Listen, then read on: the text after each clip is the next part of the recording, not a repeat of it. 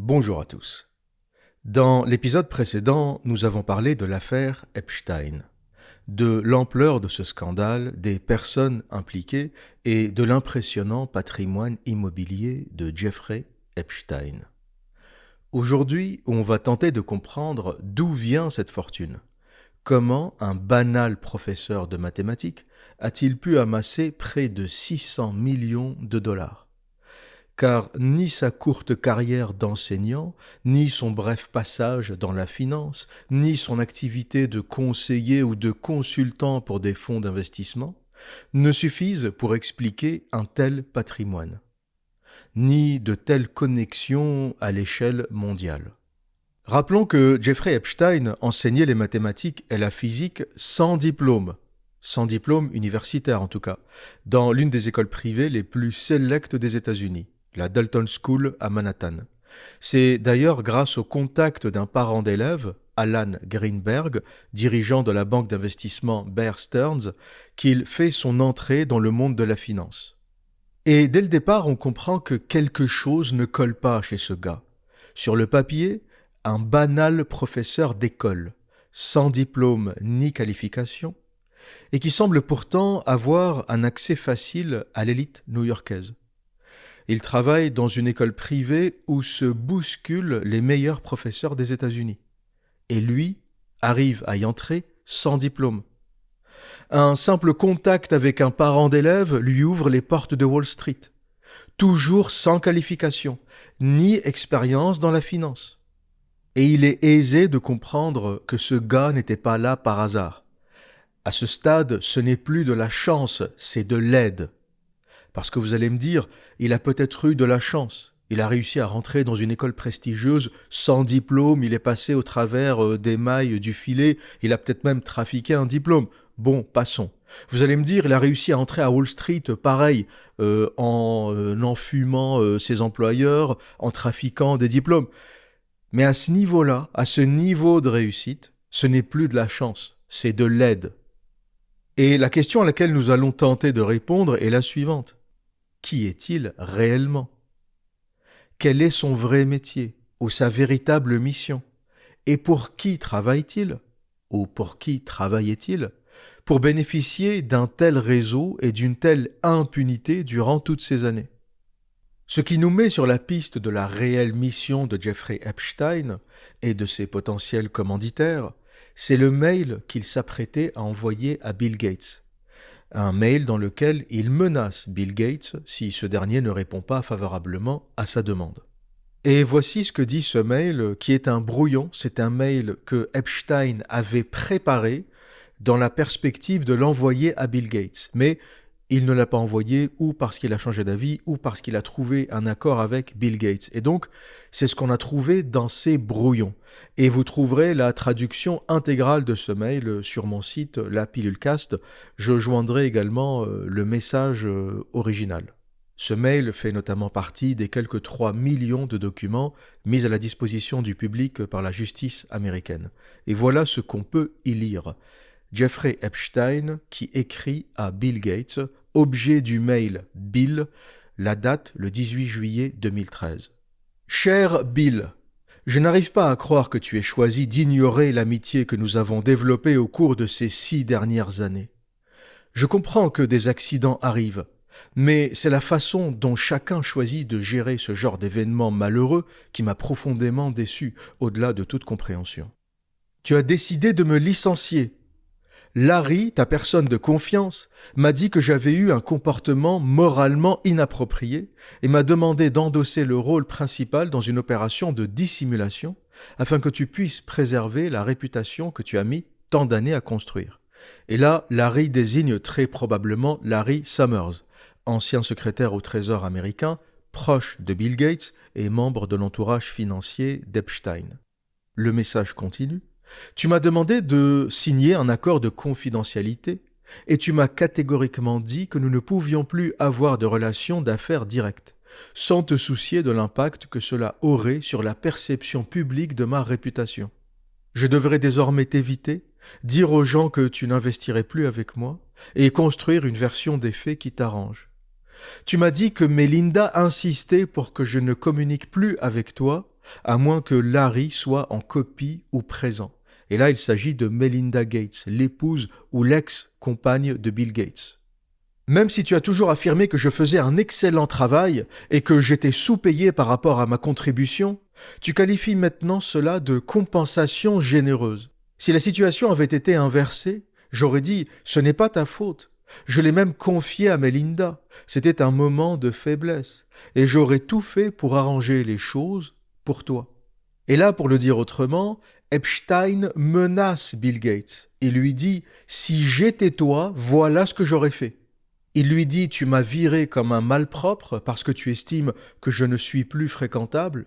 Mais attention, si j'étais toi, voilà ce que j'aurais fait. » Et il continue, toujours en se mettant dans la peau de Bill Gates, et lui dit « moi j'aurais écrit ça. J'ai plus d'argent que quiconque n'en a besoin. Et j'aurais structuré un accord pour que tu ne sois jamais pénalisé. J'aurais fait tout mon possible pour assurer ton avenir et t'aider dans ta carrière. » Ensuite, je vous passe les détails parce que le mail est long et pas très bien écrit. Mais la partie la plus intéressante, c'est celle-ci. Avec toujours Epstein qui se met dans la peau de Bill Gates en mode menace, et il continue. Voilà ce que moi j'aurais fait à ta place. Je t'aurais acheté la maison à laquelle tu tenais. Je t'aurais accordé 5 ans d'indemnité. Et j'aurais racheté ta part dans notre contrat d'investissement, 30 ou 40% d'un partenariat de 100 millions de dollars, pour 30 millions de dollars, aux conditions du marché. Mais au lieu de cela, j'ai reçu un email froid et brutal, me disant à quel point je suis remplaçable et que je ne devrais pas compter sur une aide financière significative à l'avenir. Pour ajouter l'insulte à l'injure, et là c'est vraiment la meilleure partie du message, Epstein écrit « Pour ajouter l'insulte à l'injure, tu m'as demandé de supprimer des emails concernant ta MST, ta maladie sexuellement transmissible, et tu m'as aussi demandé de supprimer les emails relatifs à ta demande que je te fournisse des antibiotiques pour que tu puisses discrètement les donner à Melinda, ainsi que la description de ton pénis. » Donc là, en gros, Epstein s'apprêtait à envoyer une bombe à Bill Gates, en lui disant « Si tu ne coopères pas, si tu ne me donnes pas ce que je veux, si tu n'achètes pas la maison que j'ai envie que tu achètes, si tu ne mets pas 30 millions de dollars dans le projet dans lequel j'ai envie que tu investisses, je vais juste balancer au public que tu as fréquenté des putes, que tu as chopé une MST, que tu as contaminé ta femme et que tu voulais lui donner des antibiotiques en cachette. » Bill Gates voulait, dans le petit-déj le matin qu'il donne à sa femme, ou dans la tasse de café, glisser discrètement des antibiotiques pour que Melinda se soigne sans le savoir. Bill Gates, niveau éthique, c'est le caniveau. Parce que, à la limite, tu trompes ta femme, tu dérapes, tu fais une bêtise, tu chopes une MST. La base, c'est de la prévenir. Parce que, tu l'as contaminée, elle n'a rien demandé, donc elle devrait se soigner rapidement pour pas que ça dégénère, donc tu l'informes pour sa santé. Après, t'assumes les conséquences derrière, t'as fait le con. Mais Bill Gates, c'est le caniveau de l'éthique. Le gars, c'est le premier pour aller crier qu'il faut soigner la terre entière, vacciner tout le monde. Il est dans tous les thèmes bien pensants. Par contre, lui, chope ou aurait chopé une maladie, selon le mail d'Epstein, une maladie sexuellement transmissible ou une infection sexuellement transmissible, il la transmet à sa femme. Et le gars n'est même pas capable de lui dire « Écoute chérie, j'ai déconné, ça on en parlera plus tard. Oui, j'ai fait des trucs avec une prostituée russe, il y en avait même 2, on a fait des bêtises. Écoute, tu m'engueuleras plus tard, mettons ça de côté. Je pense que toi aussi t'es contaminé, donc va te soigner immédiatement. » Tu vois, ça c'est la base. Une fois que ta femme s'est soignée, qu'elle est en bonne santé, derrière, elle va te pourrir la vie. Faut pas te faire d'illusions, elle va te défoncer ta gueule, tu vas finir divorcé. Mais au moins, t'auras la conscience tranquille. La conscience de ne pas avoir contaminé quelqu'un. Et maintenant, on comprend pourquoi Melinda Gates a divorcé. Son ex-mari, Bill Gates, est un déchet de l'humanité. Et à la lecture de ce message, on comprend aisément la mission d'Epstein. Dans le système auquel il appartient, groupe d'influence, service secret, on en parlera plus tard, ce que fait Epstein relève de la logique du compromat, une abréviation d'un mot russe qui signifie en traduction littérale « matériel compromettant ». Compromat, compromettre, compromettant, c'est la même racine. et qui désigne la collecte et l'utilisation d'informations sensibles, documents, enregistrements, photos, preuves, pour exercer ou avec le but d'exercer une pression ou obtenir un levier de négociation pour influencer une décision. Et c'est une méthode historiquement associée au service secret ou au service de renseignement soviétique, le KGB, qui utilisait ce type de procédé. Pour le dire simplement, le rôle d'Epstein, dans le système auquel il appartenait, était de collecter un maximum d'informations sur un grand nombre de personnalités influentes, responsables politiques, hommes d'affaires, acteurs, réalisateurs, figures publiques, pour ensuite les utiliser comme instruments de chantage et de manipulation. T'as compris que quand t'as des mails où Bill Gates te parle de son intimité, des prostituées qu'il a fréquentées, de sa MST et même des détails sur l'anatomie de son pénis, tu tiens le gars par les couilles. Tu lui fais faire ce que tu veux. Et on comprend mieux aussi pourquoi toutes les résidences d'Epstein étaient blindées de caméras. Partout dans ses maisons, dans son ranch au Nouveau-Mexique, dans son appartement à Paris, il y avait un nombre impressionnant de caméras. Et là, on ne parle pas de la banale caméra de surveillance. On parle d'un système, d'un réseau de vidéosurveillance installé par des professionnels, y compris dans les toilettes, dans la salle de bain, dans les chambres à coucher, dans les chambres d'amis. Et c'est là où on comprend que ce n'est pas normal. À quel moment tu mets des caméras dans une chambre d'amis? T'as des gens que t'invites qui vont dormir chez toi. Pourquoi il y a une caméra dans leur chambre? Pourquoi il y a une caméra dans leur salle de bain, dans leur toilette? Et autre chose intrigante, l'installation de ce réseau de caméras était d'un niveau professionnel. On ne parle pas des caméras achetées sur Amazon ou AliExpress. Quand le FBI a lancé des investigations, ils ont découvert un réseau de caméras digne d'un James Bond. Un article du New York Times qui dévoile des photos de ses résidences a publié une photo montrant la chambre de Jeffrey Epstein dans sa résidence new-yorkaise où on distingue très clairement une caméra installée dans l'angle de la pièce. Et tout ça explique beaucoup la quantité phénoménale de documents, de photos, de vidéos, de mails dans cette affaire. Beaucoup d'observateurs ont dit « ce n'est pas normal ». Qui collecte 6 millions de documents? Il n'y a que la moitié ou un peu moins que la moitié qui a été révélée. Mais au total, on parle de 6 millions de documents. Et tout le monde se dit « mais qui collecte ça? C'est gigantesque !» Eh bien, la réponse, maintenant, vous l'avez. Un agent secret, quelqu'un qui travaille. Un individu normal, même sur toute sa vie, il ne collectera pas ce nombre de documents. Sur toute une vie, tu ne collectes même pas 1 million de documents. Là, le gars en a 6. Tu comprends qu'on est sur une échelle de collecte de documents industrielle.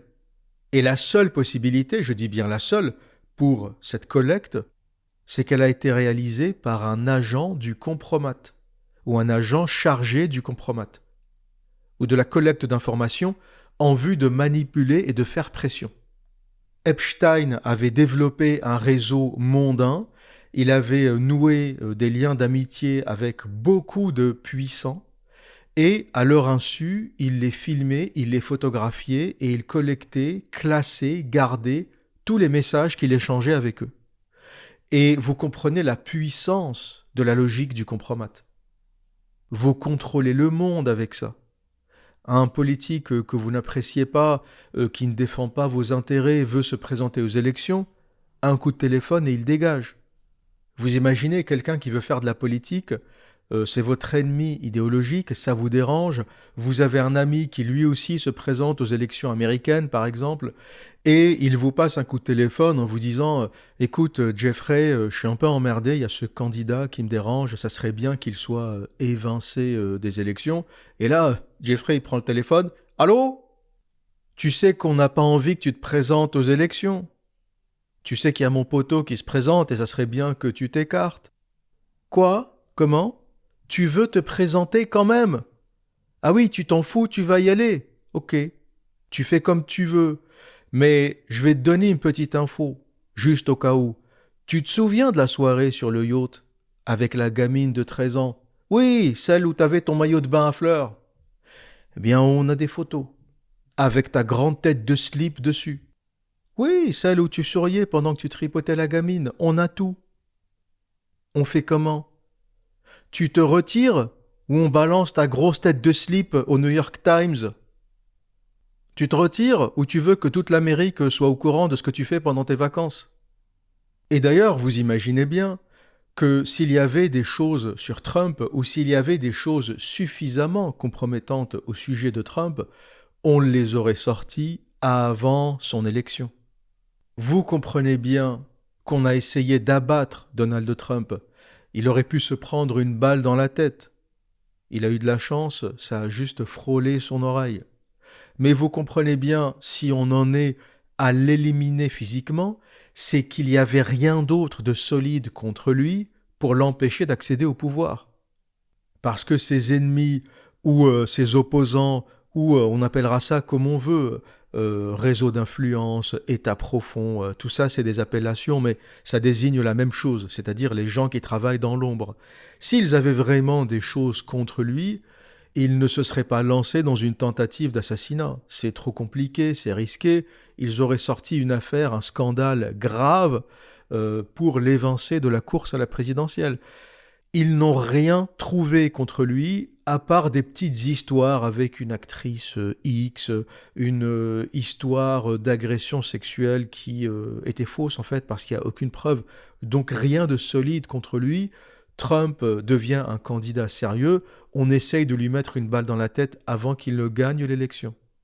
Donc les gens qui disent dans l'affaire Epstein, il y a plein de choses sur Trump, non, à part quelques photos, quelques vidéos où on voit Trump faire la fête dans l'une des résidences d'Epstein, notamment sa résidence new-yorkaise, mais ça ne veut rien dire. Epstein était un mondain. Son travail, c'était d'inviter tout le monde, y compris Oprah Winfrey, y compris Michael Jackson, y compris tout le gratin new-yorkais, bombardé, mitraillé de photos, de vidéos, nouer des liens, ramasser un maximum d'informations, et plus tard potentiellement les utiliser. Donc être sur une photo d'Epstein quand tu faisais partie du gratin new-yorkais de l'époque, c'est pas une news, c'est pas suffisant. Être sur son île, ça c'est déjà autre chose. Avoir eu une relation avec l'une des adolescentes qu'il t'a présentée, ça c'est autre chose. Et donc avec le compromat, on peut faire pression sur qui on veut, y compris sur des industriels. On peut faire pression sur l'industrie pharmaceutique. Un autre secteur compliqué aux États-Unis, mais pas que. Un autre secteur très politique. Par exemple, tu as le chef de la FDA, la Food and Drug Administration, qui est le gendarme du médicament aux USA. C'est lui qui accepte ou refuse la mise en vente des médicaments. Et là, par exemple, tu as la FDA, un exemple hypothétique, qui refuse la mise en vente d'un vaccin jugé dangereux, ou trop cher, ou inutile. Là, pareil, tu prends le téléphone. Allô? Tu veux pas homologuer le vaccin? Quoi? Il est trop dangereux. C'est pas nécessaire.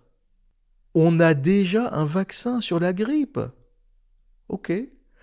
Tu te souviens de la soirée sur l'île quand t'as amené le gamin dans le temple bleu et blanc?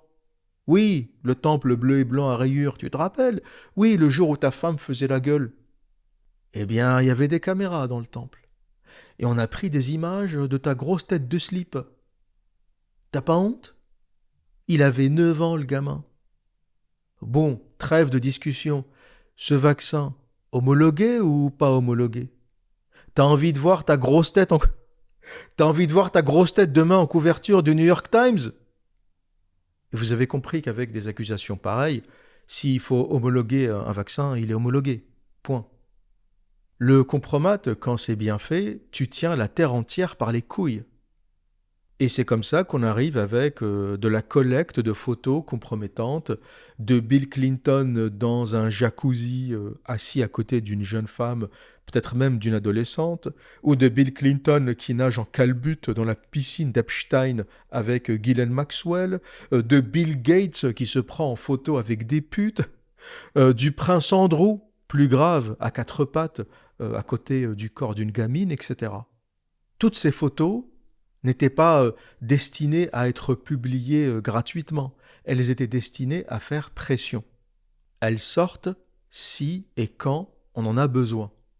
Et on va répondre à une question qui revient souvent. Tu as beaucoup de gens qui disent mais ils sont complètement cons. Pourquoi accepter de se faire prendre en photo? C'est fou, c'est dingue. Tu fais quelque chose d'aussi grave qu'un rapport sexuel avec une mineure, qui plus est une mineure exploitée, trafiquée, ramenée d'un autre pays. On ne sait pas trop d'où venaient ces filles. Pour certaines, si, mais pour d'autres, on ne le sait pas. On parle même d'adolescentes ou de mineures étrangères qu'on ramenait d'autres pays. Et tu te dis, mais il faut être complètement dingue pour être un politique ou un puissant et accepter de se faire prendre en photo, comme le prince Andrew qui regarde l'objectif presque fier de ce qu'il est en train de faire. Alors, il y a deux choses à comprendre. La première est que dans beaucoup de ces photos, les gens ne savaient pas qu'ils étaient pris en photo. Et pour ceux qui savaient, en réalité, ils étaient tellement en confiance qu'ils ne se doutaient pas que ça pouvait arriver.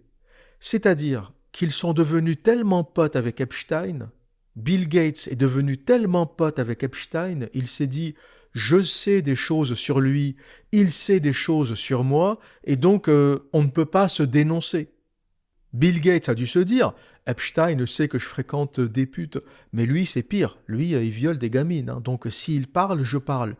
Sauf que cette grosse tête de slip de Bill Gates n'a pas compris que c'était pas le même sujet.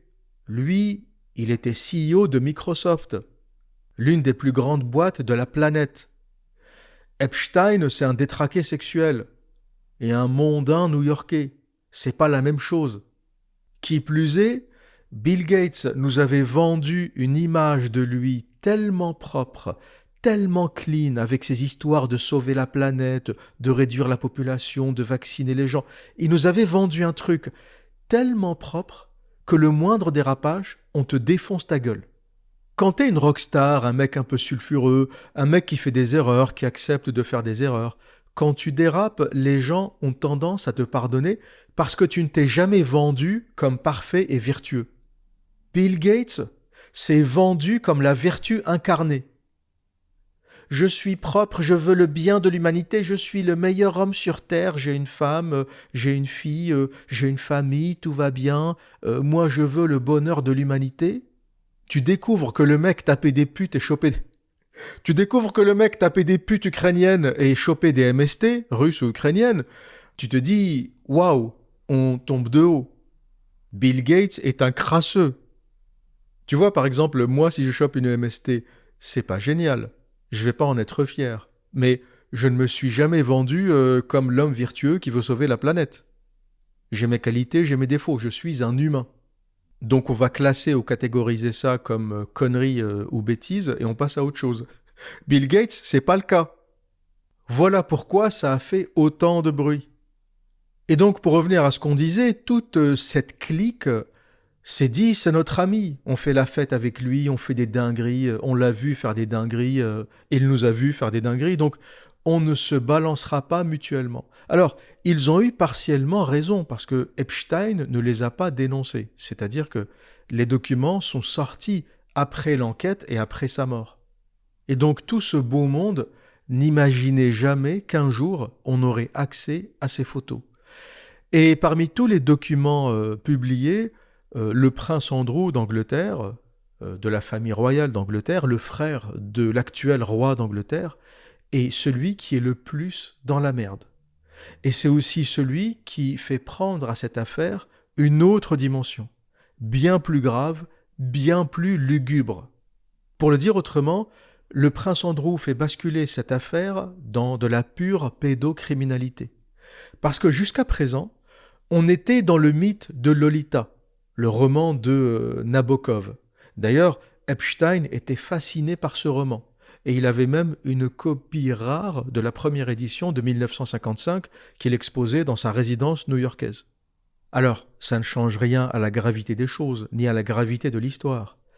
Mais ce que faisait Epstein, même si on est dans du criminel, du trafic d'êtres humains, du viol d'adolescentes et de mineurs, jusqu'à présent, il s'agissait d'hébéphilie, qui désigne l'intérêt sexuel persistant d'un adulte envers des adolescents ou adolescentes, 13, 15, 17 ans. C'est les âges qui reviennent souvent. Jusqu'à présent, on ne parlait pas d'enfants. Et si on veut être précis, Ce n'était pas de la pédophilie au sens strict, mais de l'hébéphilie. Précision, attention, ça n'enlève rien à la gravité de la chose. Je dois le rappeler. En droit pénal, on parle d'agression sexuelle sur mineur. Point. L'hébéphilie n'est ni une justification ni un argument valable. Et d'ailleurs, le droit ne fait pas la distinction entre hébéphilie, pédophilie. On parle de majeur et de mineur. Si tu as un rapport sexuel avec un majeur, un rapport consenti, il n'y a pas de sujet. Si tu as un rapport avec un mineur, c'est du pénal. Point. Et vous allez me dire, si c'est la même chose, si c'est du pénal dans les deux cas, pourquoi t'en parles? Alors, je pense qu'il est important de faire cette distinction parce que pour moi, il y a quand même un deux poids, deux mesures. Parler d'une adolescente de 17 ans qui a un rapport sexuel avec Epstein ou parler d'un enfant de 3-4 ans, c'est deux choses complètement différentes. Et ce qui fait basculer cette histoire dans le sordide absolu, c'est les dernières photos du prince Andrew publiées dans la presse. Sur ces photos, on voit quoi? On voit le prince Andrew à quatre pattes, dans l'une des résidences d'Epstein, jouer à la balle avec un enfant. Autre élément dérangeant, la balle ressemble à un sein féminin avec un téton. Et le plus grave dans cette affaire, c'est que personne ne sait qui est cet enfant. Ce n'est pas le petit-fils d'Andrew, il n'est pas identifié comme un membre de sa famille, ce n'est pas un grand-père qui joue avec un petit-fils, parce que dans l'absolu, il faut faire attention aux images. C'est pas parce que une personne d'un certain âge joue avec un enfant qu'il y a quelque chose. Mais dans le cas du prince Andrew, ce qui rend la chose grave, c'est qu'on ne sait pas qui est le gamin. En tout cas, pas pour l'instant. Autre chose grave, le prince Andrew lui-même ne se souvient pas de ça. Dans toutes ses interviews, il dit « Je ne sais pas, je ne me rappelle pas ». Et il a même fait une garde à vue récemment, le 18 février de mémoire. La police a débarqué chez lui, ils l'ont emmené pour l'interroger. Et c'est à peu près la seule chose qu'on peut dire actuellement sur ces images. Elles sont étranges, elles sont préoccupantes, ça soulève beaucoup de questions, c'est-à-dire lorsqu'on descend dans le terrier du lapin blanc, jusqu'où va cette histoire? On parlait d'un gars qui s'intéressait à des adolescentes, et maintenant on a des photos de gamins qui commencent à sortir. Mais voilà, c'est tout ce qu'on peut dire. Vous savez, certains me disent l'observateur, t'as peur de parler de tel ou tel sujet, on sent que parfois t'es dans la retenue. En fait, on est obligé d'être dans la retenue quand on veut faire du travail sérieux. Certains m'ont écrit « Tu ne parles pas des satanistes, des cultes, des mangeurs de bébés, des buveurs de sang. » J'en parle pas pour la simple raison que dans cette affaire, il n'y a pas de preuve de ça. Et lorsqu'on crée du contenu, lorsqu'on a une audience importante, il faut choisir. Ou on fait du sérieux, c'est-à-dire on parle de ce qui est avéré et vérifié, ou on tombe dans le sensationnel, dans le complotisme, et on commence à parler des réunions où ça mange des bébés, ça boit du sang et ça fait des rituels satanistes. Non, c'est pas sérieux. Alors, le satanisme, ça existe. Rien d'impressionnant, c'était même un truc de petits bourgeois californiens. Le satanisme moderne, structuré, a été créé par Anton LaVey en 1966, en Californie d'ailleurs. Il crée l'église de Satan, Church of Satan. Il publie la Bible, aussi la Bible satanique, en 1969. Mais voilà, c'est un truc pour faire mouiller du petit bourgeois rebelle californien. Arrêtez de vous inventer des histoires sur le satanisme. C'est un truc créé par un petit groupe de débiles riches et gâtés qui n'avaient rien à faire de leur temps, qui sont en opposition avec leurs parents. C'est un peu, vous savez, les hippies américains, c'est un peu nos 68ards à nous. Les hippies sont des gosses de riches. Vous savez, ils voyageaient beaucoup, ils passaient leur temps sur la route. Mais comment tu vis? Quand Kerouac écrit « On the road », il passait son temps sur la route, mais il vivait avec quoi? Pour manger, pour payer l'essence. Tu crois que moi j'ai les moyens de passer 1 an sur la route à ne pas bosser? Alors, peut-être qu'aujourd'hui, oui, mais c'est parce que, voilà, j'ai économisé, j'ai un certain âge, etc. Mais quand j'avais 25 ans, je peux pas le faire, j'avais pas les moyens de faire ça. Donc, le mouvement hippie, c'est un truc de gosse de riches. Pourquoi le satanisme naît en Californie? Parce que c'est des gosses de riches, ils sont blindés de thunes. Jamais t'aurais vu ça dans la campagne française appauvrie. Et les gens, ils n'ont pas le temps de faire ça. Ils travaillent la terre, ils s'occupent de leur famille. Quand t'as le temps de te branler sur des concepts comme le satanisme, c'est que t'as le temps. Donc voilà pour clore la parenthèse, quand vous sentez que quand je parle, il y a de la retenue, c'est pas de la peur, c'est du sérieux. Dans ce dossier, il y a tellement de choses qui sortent, il y a tellement de fakes aussi, il y a beaucoup de faux qui sont fabriqués. Il y a des mails faux qui sont fabriqués.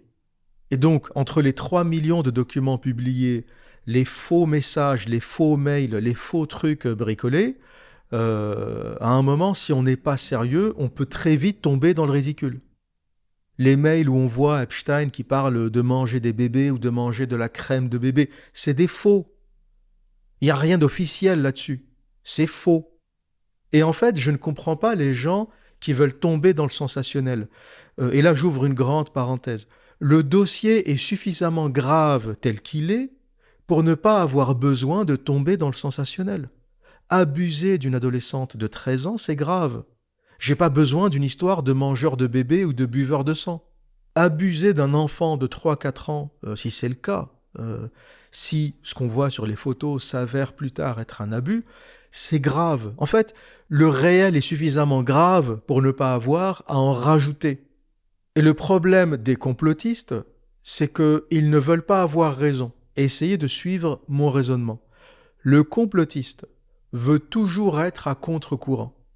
Et cette affaire, c'est une très bonne illustration. Tu dis aux complotistes, écoutez, vous aviez raison. Vous parlez depuis des années des élites pédocriminelles. Vous savez quoi, les gars? Vous aviez raison. Vous avez alerté sur le dossier Epstein depuis très longtemps. Vous avez alerté sur des élites ou certaines élites qui ont une attirance anormale pour les enfants. Vous aviez raison. Mais les conspirationnistes, comme ils ne peuvent pas avoir raison, parce que l'objectif du conspirationniste, c'est d'être à contre-courant. Aujourd'hui, ils te disent « Non, non, non, ça c'est pas suffisant. Ça on sait, maintenant tout le monde sait, donc c'est plus du conspirationnisme. Il faut qu'on trouve autre chose. » Et maintenant, ils sont sur le terrain, ils mangent des bébés. Parce que le conspi, il peut plus être mainstream. Une fois que cette affaire est devenue publique, connue et reconnue, le conspi n'est plus un conspi. Il est normal en fait, il a raison. Et donc s'il veut demeurer conspirationniste, il faut, alors c'est pas un jeu de mots, hein, s'il veut demeurer conspirationniste, il faut qu'il se trouve d'autres terrains, des choses plus graves.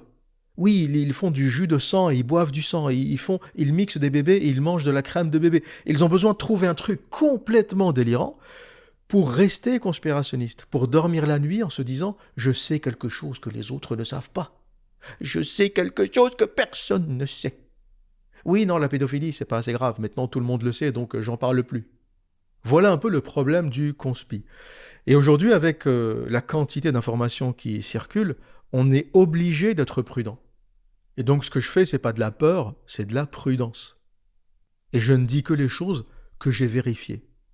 Voilà pourquoi je ne parlerai ni de bébés mangés, ni de satanisme, ni de consommation de sang humain, etc. Je ne parlerai que de ce qui est avéré.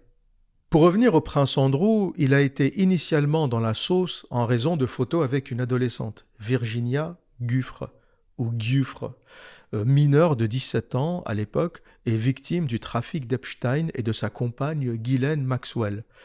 Cette jeune femme ou cette adolescente a été manipulée par le couple qui lui promettait de financer ses études ou sa formation de masseuse pendant qu'ils abusaient d'elle.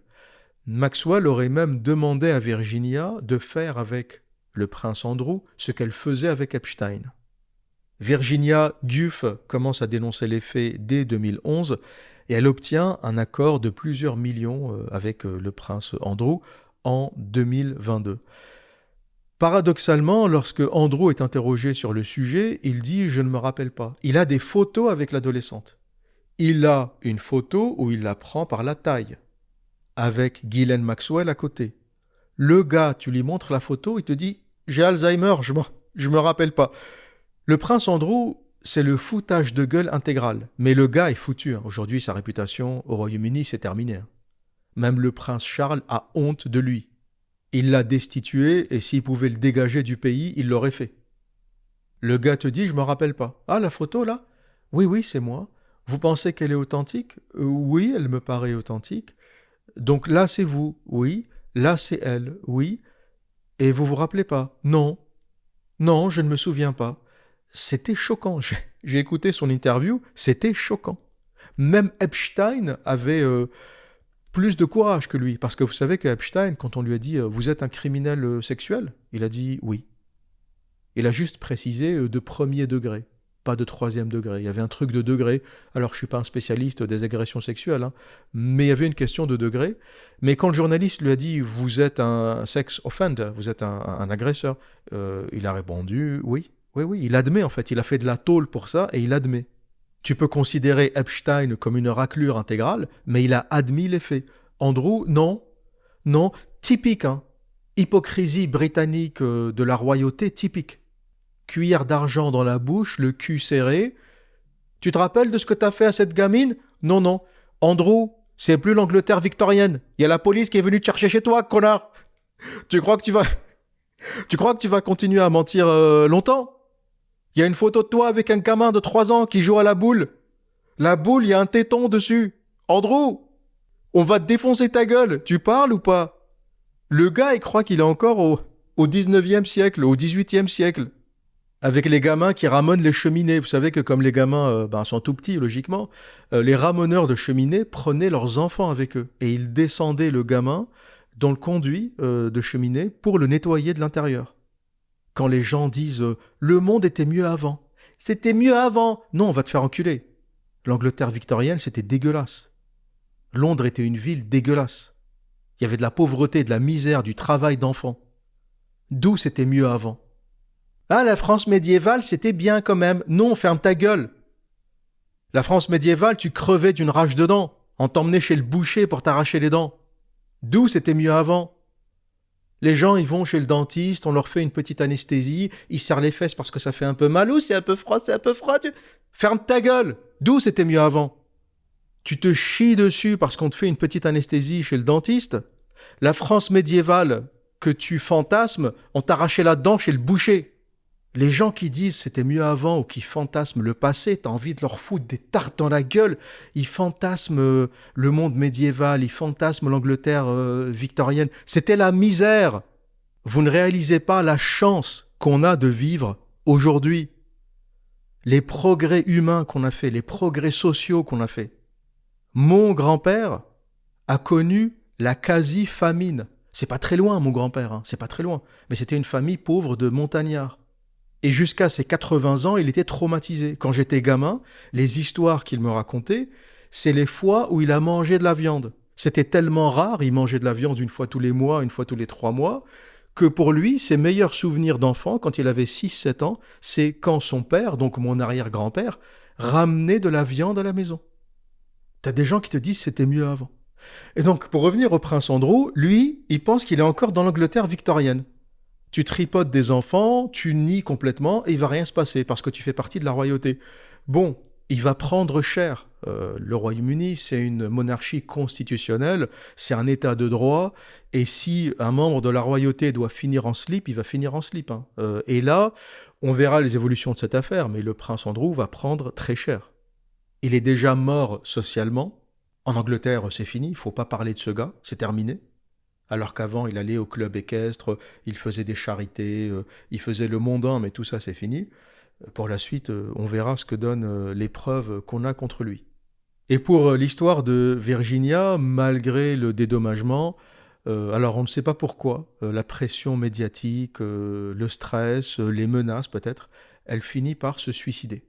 Elle se suicide en 2025 en Australie.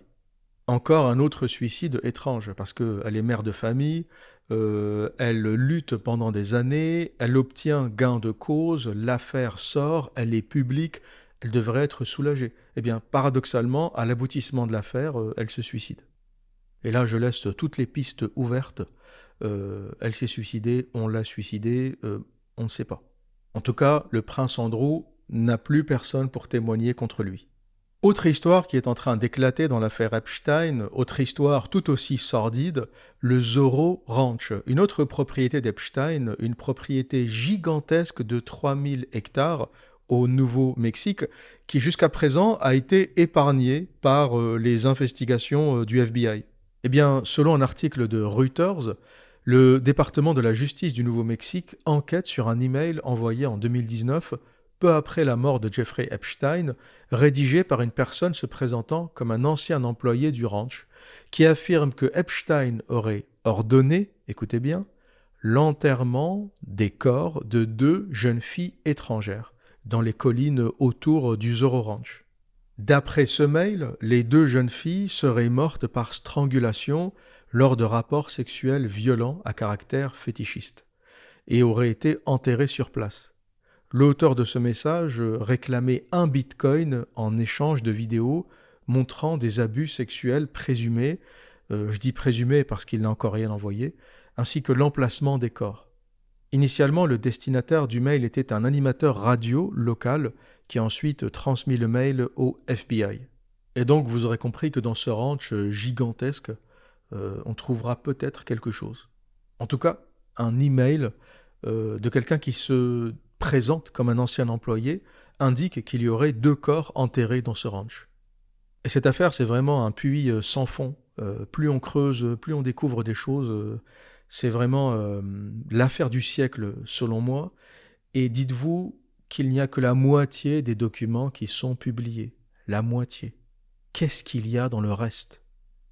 Maintenant, revenons à Epstein. On va essayer, après avoir défini à peu près tous les scandales qui l'entourent, on va essayer de comprendre qui il est réellement, comment se fait son ascension. Après son petit passage dans la finance chez Bear Stearns, un poste qu'il obtient par le piston, par l'intermédiaire du père d'un élève, qu'il quitte ensuite dans les années 80, au début des années 80.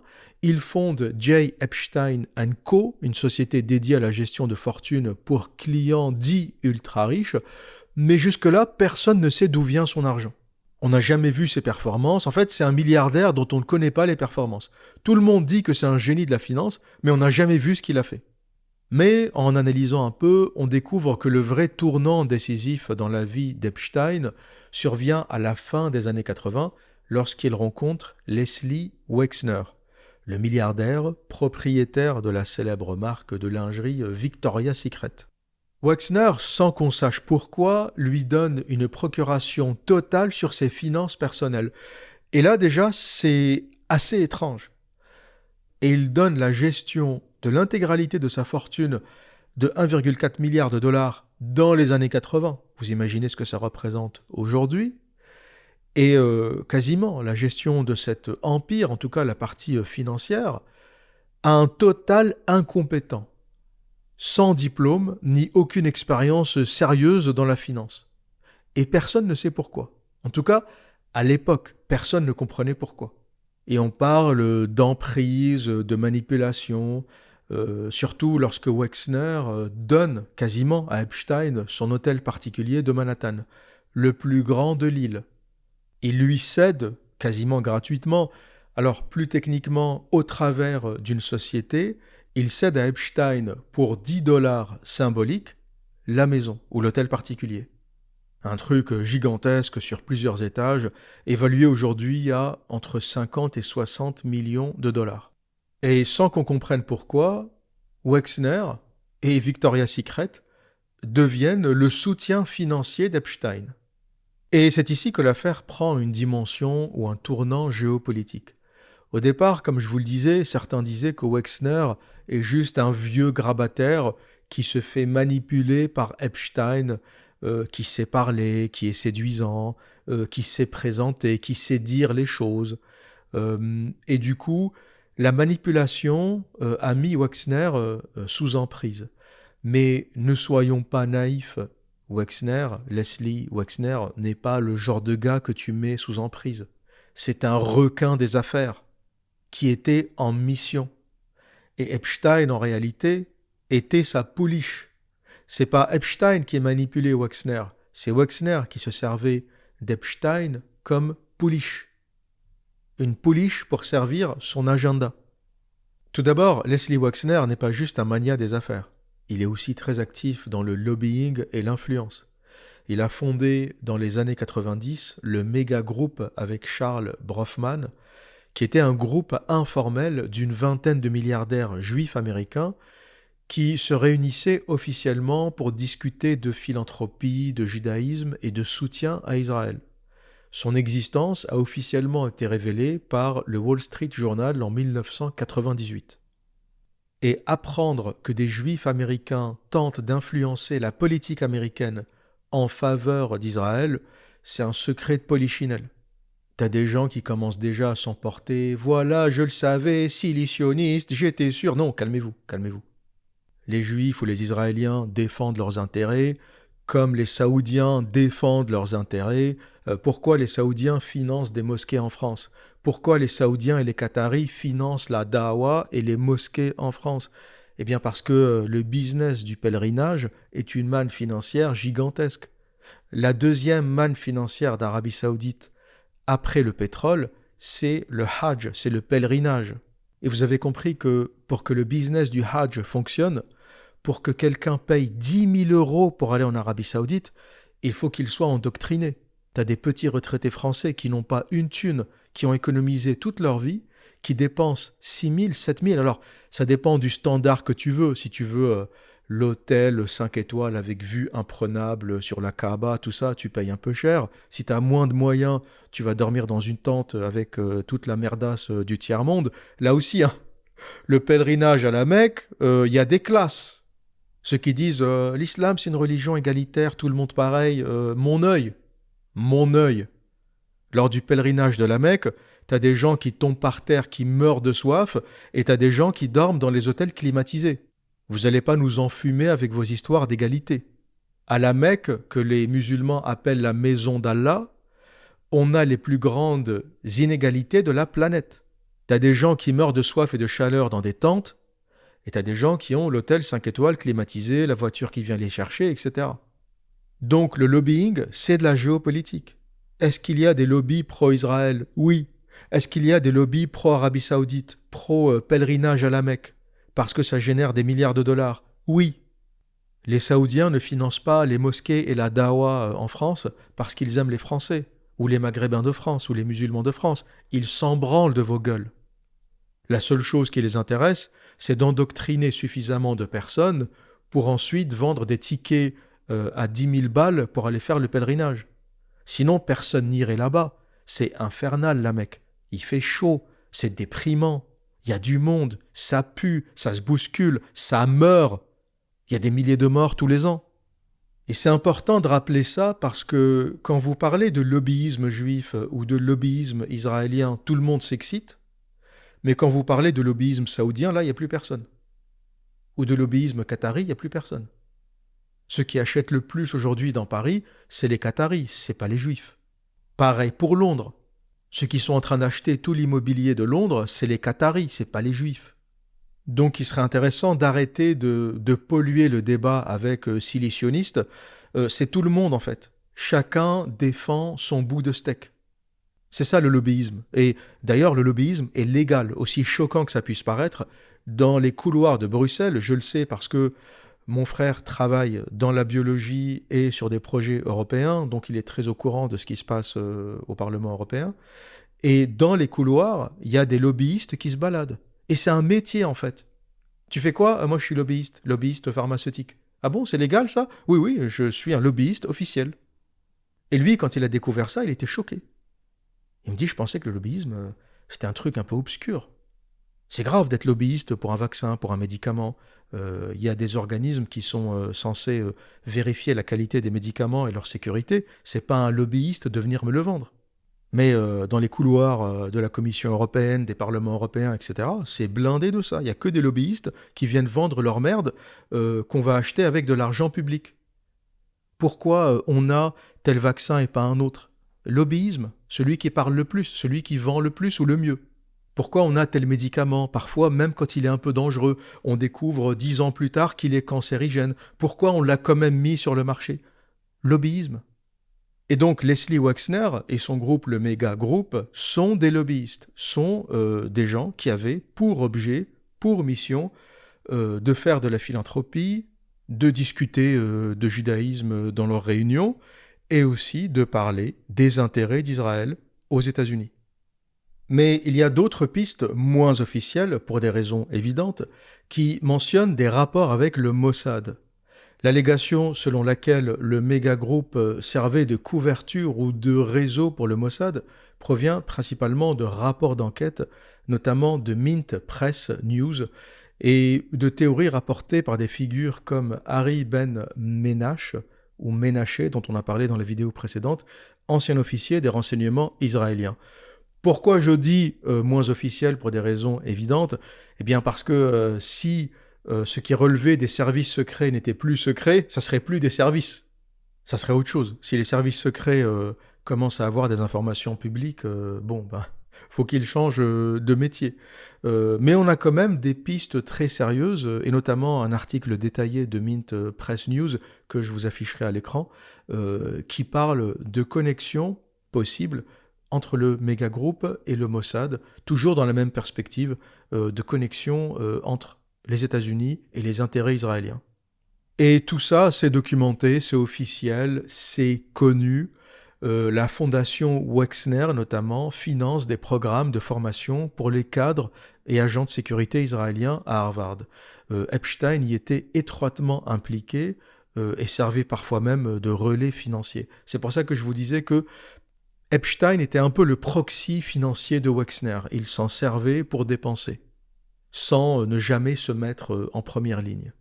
Et il y a des sources officielles, prouvées, documentées, qui expliquent que Wexner Foundation a bien financé des programmes de leadership, notamment la Wexner Israel Fellowship, c'est quelque chose consultable en ligne, qui est destiné à des hauts fonctionnaires israéliens.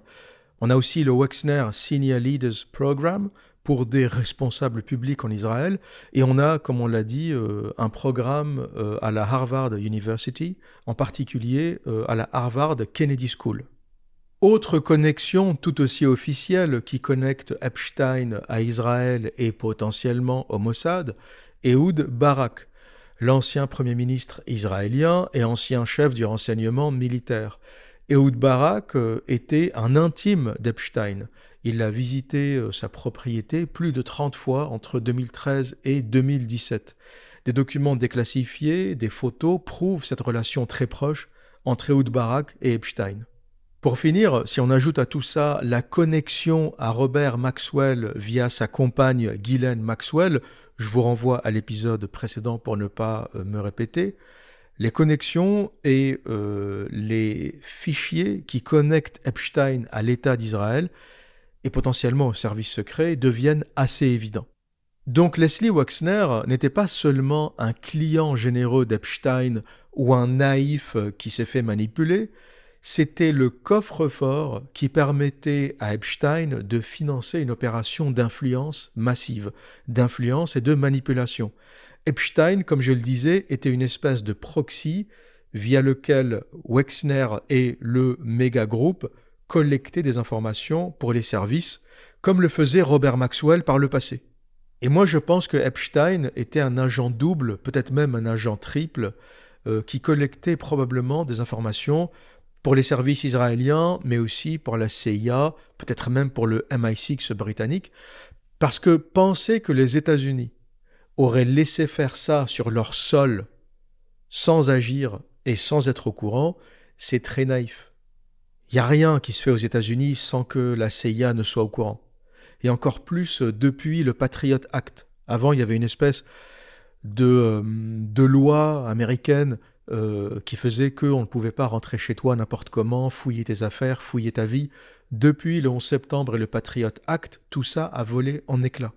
La CIA et la NSA ont les pleins pouvoirs aux États-Unis, ils font ce qu'ils veulent. D'ailleurs, c'était allé tellement loin que Snowden, qui était un agent qui travaillait pour la NSA, a quitté la NSA en raison de ça. Edward Snowden se définit comme un patriote américain qui aime son pays, qui travaillait pour la NSA, la plus grande agence américaine de services secrets, même au-dessus de la CIA. Et il dit il y a une différence entre être patriote, ou il y a une limite franchie entre être patriote et ne pas respecter les lois fédérales de mon pays. On lui a demandé de faire des choses, de fouiller des choses, d'agir sur certains dossiers, et lui a dit c'est pas possible. Et il a quitté la NSA et c'est devenu un fugitif. Et aux dernières nouvelles, il vivait en Russie. Donc penser que le Mossad ou Israël agissent sur le territoire américain sans la connaissance de la CIA ou de la NSA, c'est naïf. Donc Epstein, à mon avis, était un agent double ou triple qui travaillait pour plusieurs services secrets qui collaborent entre eux. CIA, MI6, Mossad, c'est des services qui collaborent entre eux. C'est des services alliés. Ils se partagent les informations, ils se disent des secrets sur les uns et les autres. C'est presque un méga service. Les uns n'agissent pas contre les intérêts des autres. Donc voilà, pour le dire simplement, le métier d'Epstein, quelqu'un qui fait du compromat, de la collecte d'informations pour les services, des informations qu'on utilisera plus tard pour manipuler, pour faire pression et diriger la politique américaine dans un sens ou dans l'autre. Autre mission secondaire, il servait de proxy pour redistribuer l'argent qu'on lui donnait à des associations, à des universités, à des groupes qui défendent les intérêts d'Israël, et ça va jusqu'à la Harvard University. Et donc ça permettait de financer ça sans se mettre en première ligne. Officiellement, c'est Epstein qui finance, et c'est pas Wexner, et c'est pas le méga groupe. Et il servait aussi de fusible. Quand l'affaire a éclaté, c'est Epstein qui a sauté. Vous avez remarqué que, à part lui et sa compagne, personne n'a été inculpé. C'est-à-dire qu'on a 3 millions de documents, zéro incarcération. À part Epstein, qu'on met en tôle, qui se suicide ou qu'on suicide, et à part Ghislaine Maxwell, qui est en tôle. Mais à part ça, 3 millions de documents, des centaines de milliers de photos et de vidéos, zéro incarcération. Et 6 millions de documents au total. Je vous laisse imaginer ce qui n'a pas encore été révélé. Il y aurait encore plein de choses à dire sur Epstein, comme ses délires eugénistes et transhumains. Il se prenait pour un demi-dieu. Il avait ce délire eugéniste de transformer son ranch du Nouveau-Mexique en ferme de reproduction pour propager son ADN. C'est pour vous dire à quel point le gars était dans un délire mégalomaniaque. Il pensait que son ADN était d'une telle qualité qu'il voulait littéralement créer une ferme pour reproduire son ADN. Et c'est une enquête du New York Times qui confirme son obsession pour l'eugénisme. Il avait pour objet d'inséminer 20 femmes simultanément avec son propre sperme pour améliorer la race humaine avec son ADN qu'il jugeait supérieur. Et là, cette histoire m'a un peu surpris parce que je me suis dit, Epstein, sérieux, Epstein, t'as même pas été foutu d'avoir un gamin naturellement. À quel moment tu vas inséminer 20 femmes? Si tu veux avoir beaucoup d'enfants, si tu veux propager ta génétique, ben fais comme Elon Musk. Tu te trouves des copines, des compagnes et tu fais 12 gosses. Pourquoi séquestrer 20 gonzesses dans un ranch pour les inséminer avec ton sperme? Je sais pas, t'es un homme. T'as peur des femmes? Il y a peut-être un truc, il y a peut-être un délire dans son esprit. Peut-être qu'il violait des adolescentes ou qu'il s'en prenait à des adolescentes parce qu'il a peur des femmes.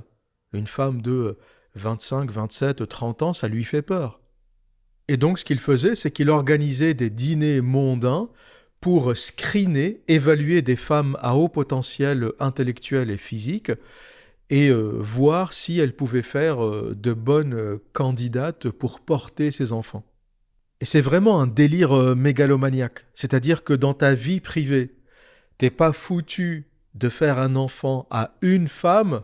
Je sais pas, tu mets Maxwell enceinte, Ghislaine Maxwell, t'as vécu avec elle des années, tu la mets enceinte. Et moi, je pense que Epstein était stérile. Parce qu'il passe son temps à baiser, à courir après les femmes. Quand tu fais ça, à un moment, t'as toujours un gamin qui traîne derrière, un gamin, deux gamins, ou un accident, ou quelque chose qui se passe. Mais le fait qu'il n'ait aucun gamin, il est peut-être stérile. Et c'est pour ça que, en réalité, ce qu'il fait, c'est un phénomène compensatoire. Vous savez, quand la réalité est trop dure à accepter, le cerveau t'invente une histoire, il réécrit l'histoire. En anglais, ça s'appelle coping mechanism. J'en avais parlé à plusieurs reprises. Quand la réalité est trop dure, le cerveau réécrit l'histoire pour qu'elle soit acceptable pour toi. Et Epstein a dû se dire, ah, putain, je suis un fou, je suis un queutard, et j'arrive même pas à avoir un gamin. Et donc il s'est réfugié dans cette idée eugéniste. J'ai un ADN supérieur, je vais sélectionner 20 femmes, je vais les inséminer et je vais propager mes gènes. Pour propager tes gènes, tu trouves une femme et tu lui fais un gamin, connard. Pourquoi tu t'inventes des délires pareils?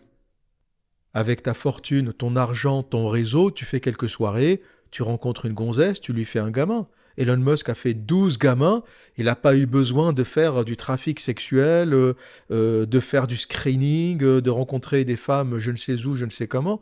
La vie et sa notoriété lui fait rencontrer des femmes, il a l'argent, il fait 12 gamins, fin de l'histoire. Donc première chose à savoir sur Jeffrey Epstein, un rapport assez complexe à la sexualité, probablement un gars stérile qui n'a pas d'enfant et qui se réfugie dans un délire eugéniste d'insémination.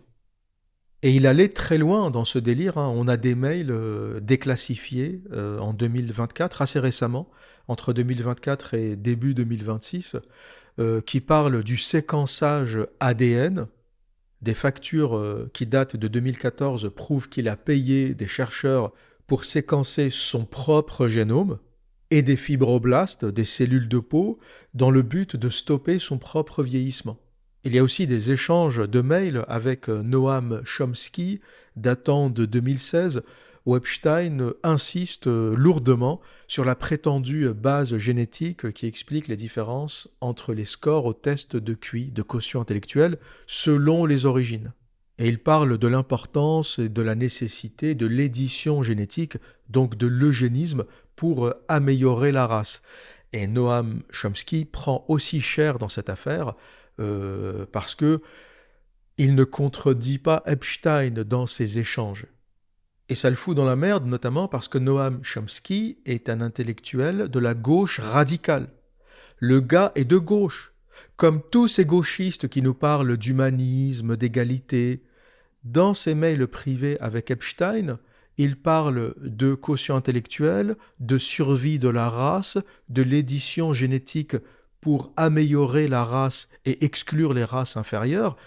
Voilà ce que fait la gauche en privé. Les gens me disent, l'observateur, j'aimais bien ta vidéo jusqu'à ce que tu commences à taper sur la gauche. Je ne tape pas sur la gauche et je n'ai même pas besoin de taper sur la gauche parce que la gauche se tape sur elle-même. Dans ce dossier, la gauche se massacre elle-même. C'est pas moi qui parle de sélectionner des races supérieures. C'est Jeffrey Epstein qui discute avec Noam Chomsky. Moi, homme de droite, je pense qu'il faut laisser la sélection naturelle faire son travail. On n'a pas à intervenir pour sélectionner des races supérieures. L'évolution sélectionne les meilleurs. Laissez l'évolution faire son travail. Voilà ma position du libéral de droite. Mais comme le système de gauche, comme je vous le disais, dans sa substance, est un système top-down, du haut vers le bas, il y a toujours cette idée de centralisation, l'État central, l'État communiste central qui va contrôler les autres. Et donc forcément, la logique génétique du gauchiste, elle est aussi centrale. Une décision qui vient du haut, qui sélectionne les meilleurs génétiques, hein, on est dans le meilleur des mondes, Brave New World d'Aldo Huxley, on sélectionne les meilleurs, on a une pyramide des races, et ça c'est une idée de gauche. Hitler, le national-socialiste de gauche, avait cette même idée. Noam Chomsky, la gauchiasse qui ne révèle jamais ça en public, en privé, parle de ça avec Epstein. Et c'est pour ça que tous les descendants d'immigrés, les étrangers, les métis, qui ont une sensibilité pour la gauche parce qu'ils pensent qu'elle défend leurs intérêts, la gauche est pro-immigrationniste, etc., la gauche ne fait ça que pour avoir vos voix, pour avoir vos votes. Noam Chomsky va te parler d'humanisme, d'internationalisme, et en privé, il parle de sélection raciale. Les gens qui croient encore en la gauche aujourd'hui, vous avez un sacré problème. Et ce problème est le suivant. Vous ne savez pas ce qu'est la gauche.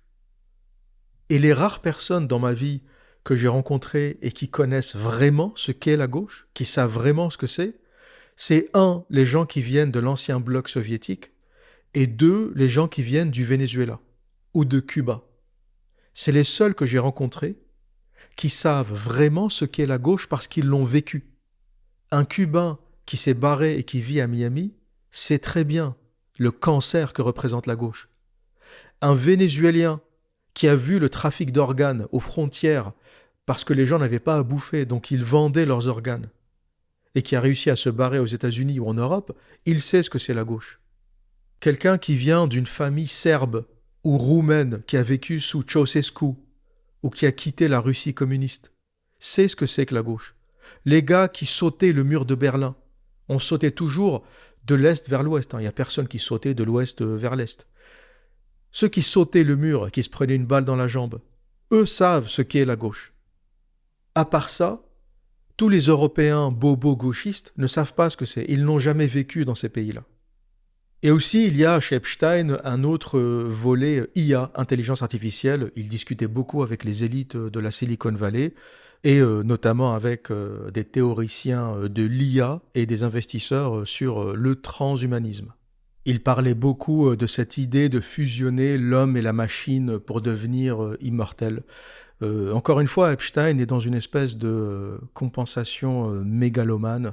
Le gars ne veut pas mourir, le gars veut être éternel, le gars veut diffuser sa génétique qu'il estime supérieure, etc.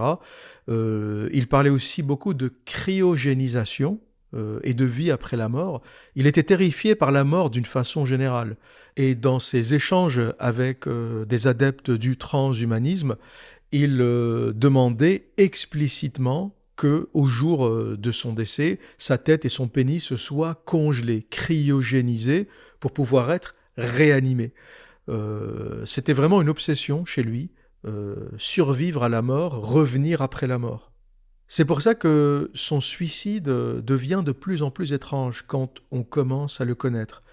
Quand on voit que c'est quelqu'un qui voulait vivre, qui voulait continuer à vivre, qui voulait même vivre après la mort, qui voulait se réincarner, qu'on récupère son pénis congelé, son cerveau, pour qu'on le réincarne dans un robot connecté, etc. Tu te dis, le mec n'a pas pu se suicider. L'idée qu'un gars obsédé par l'immortalité se suicide est assez étrange. T'imagines, t'as le projet de te reproduire avec 20 femmes que t'as sélectionnées, t'as le projet de cryogéniser tes parties génitales, ton cerveau, t'as le projet de revivre après la mort, et tu te pends comme une vulgaire merde en prison. C'est assez paradoxal. En tout cas, voilà pour le personnage, ça nous en dit beaucoup. Un gars obsédé par le racialisme, un gars obsédé par l'immortalité, un gars obsédé par l'eugénisme. Ça explique aussi ses connexions avec Bill Gates, le contrôle de la population, le genre de conversation qu'il a pu avoir avec lui. Toute cette gauche bien pensante qui veut bien faire pour le monde, mais qui en réalité sont des crapules absolues. À ce stade, il y aurait encore beaucoup à dire sur cette affaire, mais je vais m'arrêter là. Je pense qu'on a fait le tour, qu'on a compris la substance de cette affaire. On a compris qu'Epstein est un agent qui faisait du compromat, qui collectait des informations avec le but de manipuler la politique, qu'il travaillait pour des intérêts, qu'il y avait derrière lui Leslie Wexner, le méga groupe, qu'il était quelque part le remplaçant de Robert Maxwell. D'ailleurs, il se met en couple avec sa fille Ghislaine Maxwell et qu'il perpétue cette tradition d'agents secrets qui permettent d'appuyer, de renforcer les intérêts israéliens aux États-Unis et ailleurs dans le monde. Il reste encore des millions de documents à publier, officiellement 3 millions. Il y aura certainement d'autres rebondissements, d'autres scandales, d'autres affaires. Mais mes amis, pour ce qui nous concerne, on s'arrêtera là. Il est temps de passer à d'autres sujets. Je boucle ce deuxième épisode de l'affaire Epstein et je pense avoir fait le tour sur la question. En tout cas, sur le fond de la question, je vous épargne les détails, je vous épargne le gossip, je vous épargne les petites histoires qui sortiront ici et là. On n'est pas là pour faire de l'actualité, on n'est pas là pour faire du gossip, on est là pour comprendre les choses. Et une fois que tu as compris ça, une fois que tu as compris qui il était, qui il servait, à quoi il a servi, quels intérêts il défendait, tu as à peu près tout compris. Voilà ce que j'avais à dire pour aujourd'hui. Et que dire d'autre ? Eh bien, comme à mon habitude, prenez soin de vous et à très bientôt.